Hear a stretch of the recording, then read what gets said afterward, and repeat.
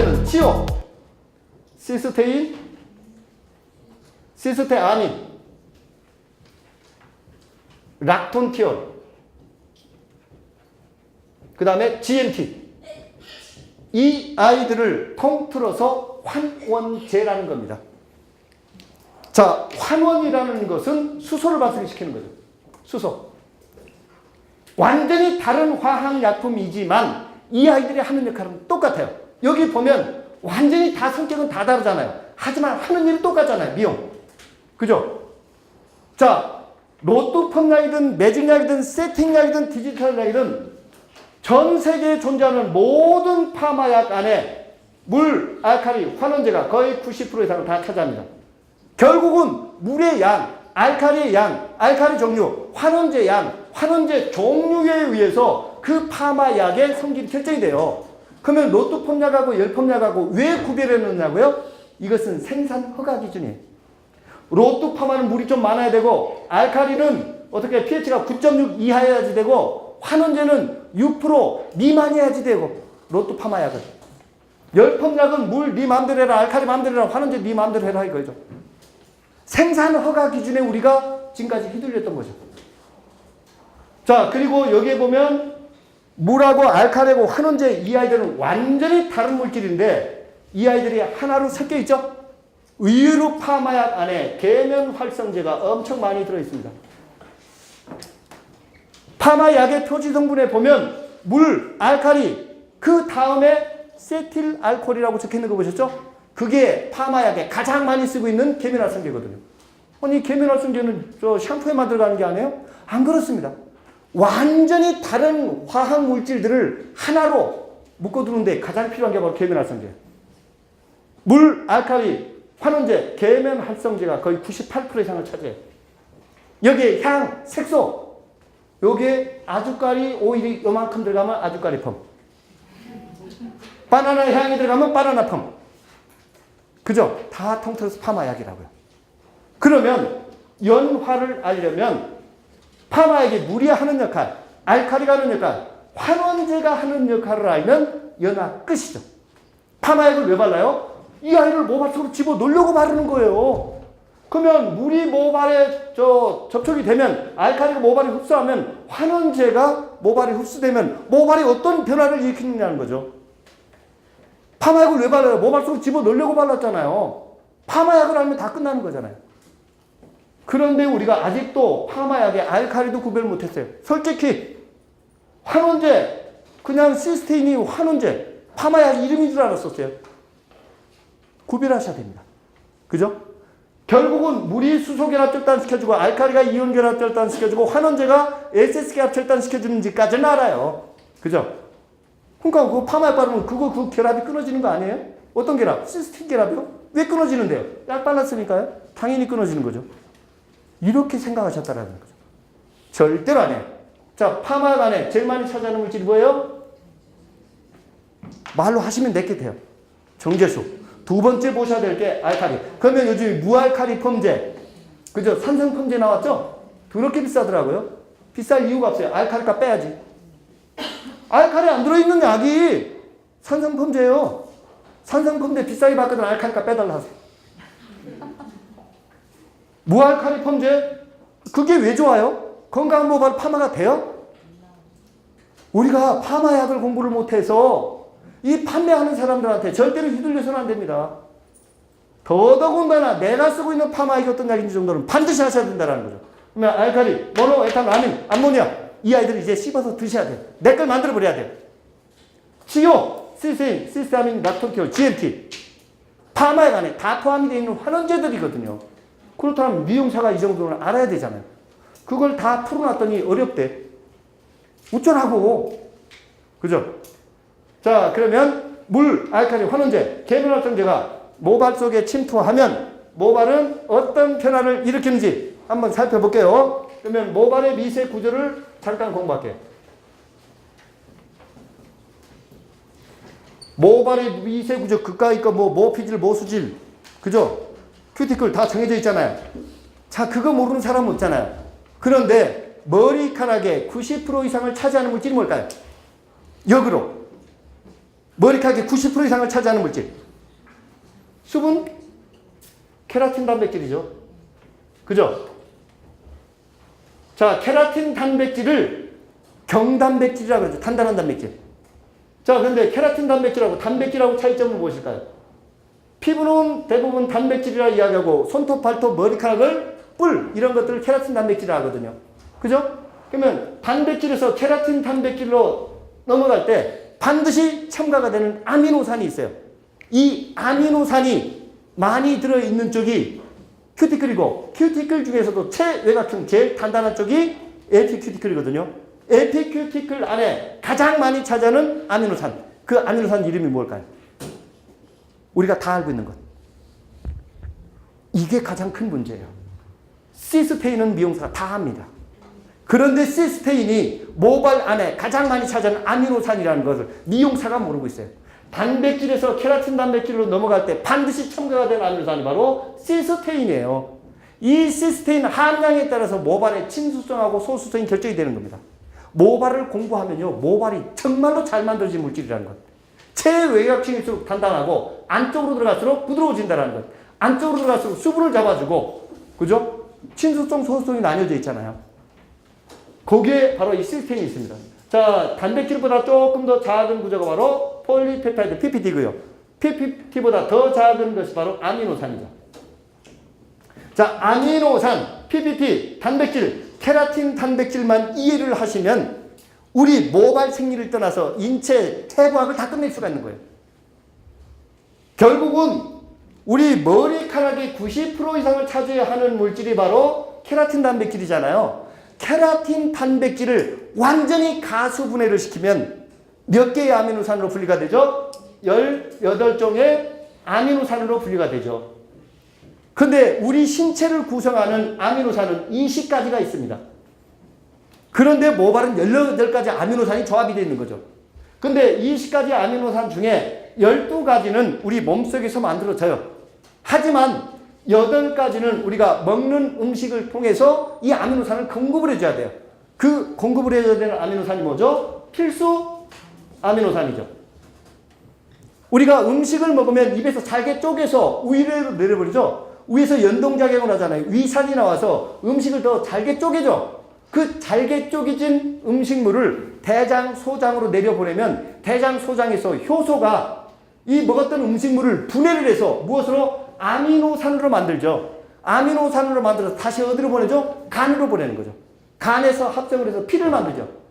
그렇게 만들어진 피를 심장을 통해서 펌프질해서 전신으로 어떻게 해요? 혈액순환을 시켜주고 거기에 필요한 아미노산을 골라서 손톱도 되고 발톱도 되는 겁니다. 결국은 저는 머리카락이 이렇게 빠진다는 건 혈액순환에 문제가 있다고 봐요. 가만히 보세요. 머리카락이 빠지는 쪽은요, 구렛나루 쪽부터 빠지는 사람 본 적도 없어요. 혈액순환이 가장 안 되는 탑 쪽하고 이마 부분에, 그리고 머리카락이 빠지기 시작하면 두피가 두꺼워져요, 얇아져요? 얇아지기 시작하잖아요. 열이 많아져요, 적어져요? 적어지고, 열이 많아지고 있잖아요. 열이 많아졌다는 건 상대적으로 이 열을 식혀주지 못했다는 거죠. 무엇이? 피가 혈액순환이 안 된다는 거죠. 그런데 머리카락이 반대로 새치는 어디부터 생기죠? 가장 건강한 쪽부터 생겨요. 그죠? 이 구렛나루 탈색된 사람 나 본 적 없어요. 제비처리 탈색된 사람, 탈모된 사람 본 적이 없거든요. 그죠? 이게 저는 혈액순환에 문제가 있다고 봐요. 자, 그렇게 만들어진 아미노산입니다. 그런데 머리카락은 90% 이상이 케라틴 단백질인데 이 케라틴 단백질을 완전히 분해를 시키면 몇 개의 아미노산으로 분리가 된다고요? 18개 아미노산으로 분리가 돼요.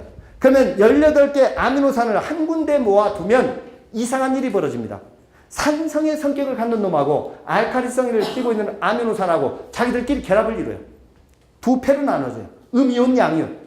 18개 아미노산 중에 9가지는 산성의 성격을 띠는 아미노산끼리 달라붙죠. 모여버리죠. 결합을 하죠. 왜요? 본능이에요. 산성을 성격이 띠고 있는 아미노산을 책에서 보면 COOH라는 화학기록을 보셨을 거예요. 이것을 우리는 카르복실기라고 이야기합니다.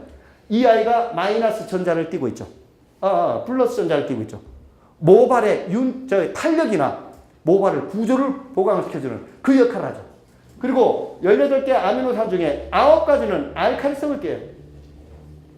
윤기나 부드러움을 담당하죠. 그 9가지의 알칼리성을 띠고 있는 아미노산을 책에서 보면 NH2 아미노기라고 이야기합니다.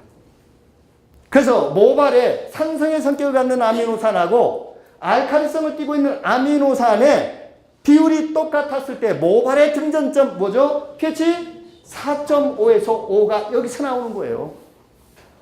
결국은 등전점이라는 것은 가장 안정이 되어 있는 상태 아미노산의 어떻게 플러스 마이너스 비율이 같았을 때입니다. 모발의 등전점이 여기 나오는 거죠. 자, 그러면 18개 아미노산 중에 산성의 성격을 띠고 있어요. 미용사라면 18개 아미노산을 다 외우면 좋겠지만, 그죠? 그거 18개 아미노산 중에 가장 많이 차지하는 아미노산이 무엇이라고요? 시스테인이라는 것. 시스테인 함량에 따라서 모발의 소수성으로 바뀌고 있다는 것. 그런데 시스테인은 시스테인하고 결합을 이룹니다. 그게 뭐죠? 시스틴이 되는 거죠. 시스틴은 시스틴끼리 또 결합을 하죠. 그게 우리가 잘 알고 있는 바로 SS 결합입니다. 모발 안에 이 SS 결합이 다량 존재하기 때문에 모발이 파마약이나 염색약 그 많은 열이 가도 이렇게 내구성이 강했던 것. 가장 많이 차지하는 무엇? 아미노산 시스테인이 있다는 것. 제가 정말 파마 공부를 하게 됐던 동기가 바로 이 시스테인 때문에 파마 공부를 했어요. 파마약을 바르면 이 강력한 SS 결합이 절단되는 걸 알겠는데 어떻게 이 환원제가 모발 속에 존재하는 SS 결합을 귀신같이 찾아 들어가는지 안 궁금해요? 약을 발랐으니까 당연히 절단되는 거 아니에요? 그렇더라고요. 아니에요. 제가 시스테인이 시스틴이 되는 걸 보고 시스틴이 SS 결합이 되는 거 보고 사람 정말 지독하다. 어떻게 모발 안에서 시스테인을 뽑아서 물하고 알칼리하고 혼합을 해서 다시 머리카락 속으로 집어넣어서 생이별을 시키는지. 이 시스테인이 어떻게 해요? 천하잖아요. 자기가 안정을 찾으려고 지짝을 찾아 들어가서 SS가 사이 달라붙는 거죠. 잠시 삼각관계가 돼버리는 거죠. 그때 우리가 로또로 홀랑 말아버리고 나가 중화를 해버리더라고요. 와, 이게 바로 시스테인을 보고 정말 제가 어떤 누구한테 물어봐도 왜 파마약을 바르면 환원제는 SS가 그 귀신같이 찾아 들어가는지 이걸 이야기해주는 사람이 없어서 공부 시작했어요. 정말로. 나중에 알고 봤더니 숙명이에요. 이 아이들이 세상에 태어난 일은 딱 한 가지예요. 저하고 똑같은 성격을 가진 놈하고 가서 달라붙어. 그거더라고요. 그 사이에 어떻게 잘 살고 있는 집에 가정 풍파가 일어났던 거죠. 삼각관계가 일어났던 겁니다. 이 아이가 들어갈 수 있는 길을 물이 알칼리가 열어준 거였을 거예요. 하지만 우리는 모표피, 모피질, 모수지를 떠나서 머리카락의 90% 이상을 차지하는 물질이 케라틴 단백질이라면 케라틴 단백질을 분해하니까 18개 아미노산이 가시분해 생겨나더라. 근데 반대로 18개 아미노산을 또 분해를 시켜놓으니까 그럼 모아놓으니까 산성하고 알칼리하고 어떻게 해요? 서로 나뉘더라. 그래서 산성은 플러스 전자를 띠고 있고 알칼리는 마이너스 전자를 띠고 있어서 플러스하고 마이너스가 서로 힘겨루기를 하면서 어떻게? 요런 용수철 구조로 18개 아미노산이 결합을 하더라. 그래서 머리카락을 당기면 쭉 늘어난다. 탁 놓으면 원래 상태로 돌아왔다. 모발의 탄생이 무엇? 18개 아미노산이 이런 용수철 구조를 가지고 있기 때문에 그 18개 아미노산이 용수철 구조를 가지고 이루고 결합을 하고 있는 것을 우리가 이야기하는 폴리펩타이드 PPT잖아요. 그죠? 그리고 이 아이를 모발의 주쇄 결합이라고 이야기합니다. 잘 들으셔야 돼요. 우리가 파마 약으로 이 수소 결합, 이온 결합, 에시드 결합 절단해야 되는데 어느 부분에 있는 어느 에시드 결합을 절단해야 될 건지 과연을 하려면 이걸 꼭 아셔야 된다는 거죠. 그죠? 자, 그래서 이 18개 아미노산이 산성하고 알칼리 나뉘어서 서로 용수철같이 꼬여있다. 그리고 이 주쇄 결합을 책에서 보면 알파 헬릭스 용수철 구조로 되어 있다는 거죠. 그래서 머리카락 당기면 늘어나서 원래 상태로 돌아오는 겁니다. 그러면 모발 안에는 무지무지하게 많은 PPT가 들어있겠죠? 그런데 이 PPT 안에도 수소결합, 이온결합, SS결합이 존재하지만 우리가 파마약으로 절단해야 될 부분은 바로 주쇄하고 주쇄를 연결시켜주는 바로 측쇄결합.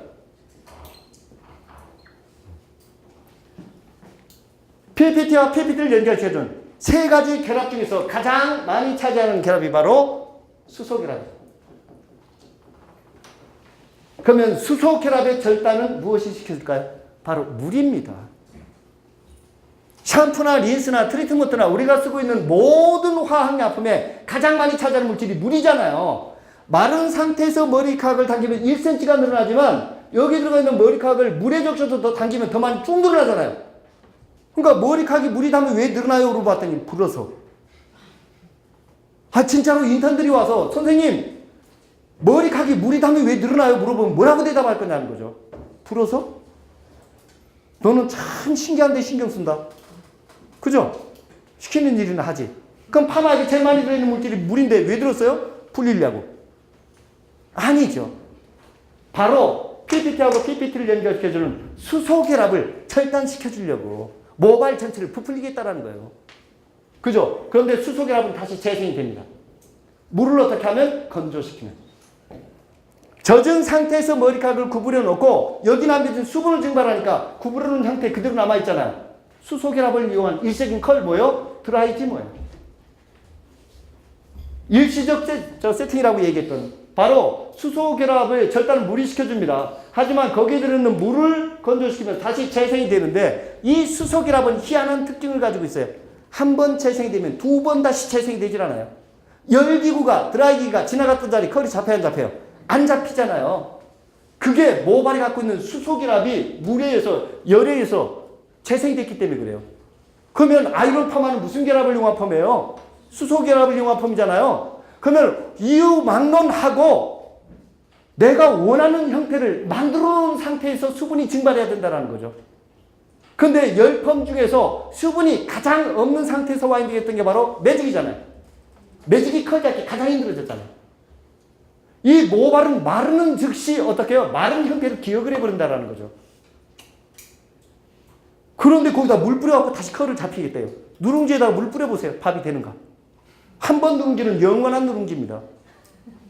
우리 모발에 남겨진 수분이 날아가는 것을 아주 쉽게 생각을 하더라고요. 아이론 파마 쪽에서 연화 다음으로 중요한 건 바로 물입니다. 맨 처음에 와인딩 할 때 수분을 끝까지 보존시켜주는 것. 아이론 파마는 물 파마예요. 그리고 가만히 보세요. 온도가 높은 파마일수록 컬 잡기가 힘들어지고 있고 온도가 낮은 파마일수록 수분량이 많아지고 컬이 걸리기가 쉬워지고 있잖아요. 물이 없으면 모발이 갖고 있는 케라틴 단백질을 변형을 시킬 수 있는 방법은 없습니다. 그죠?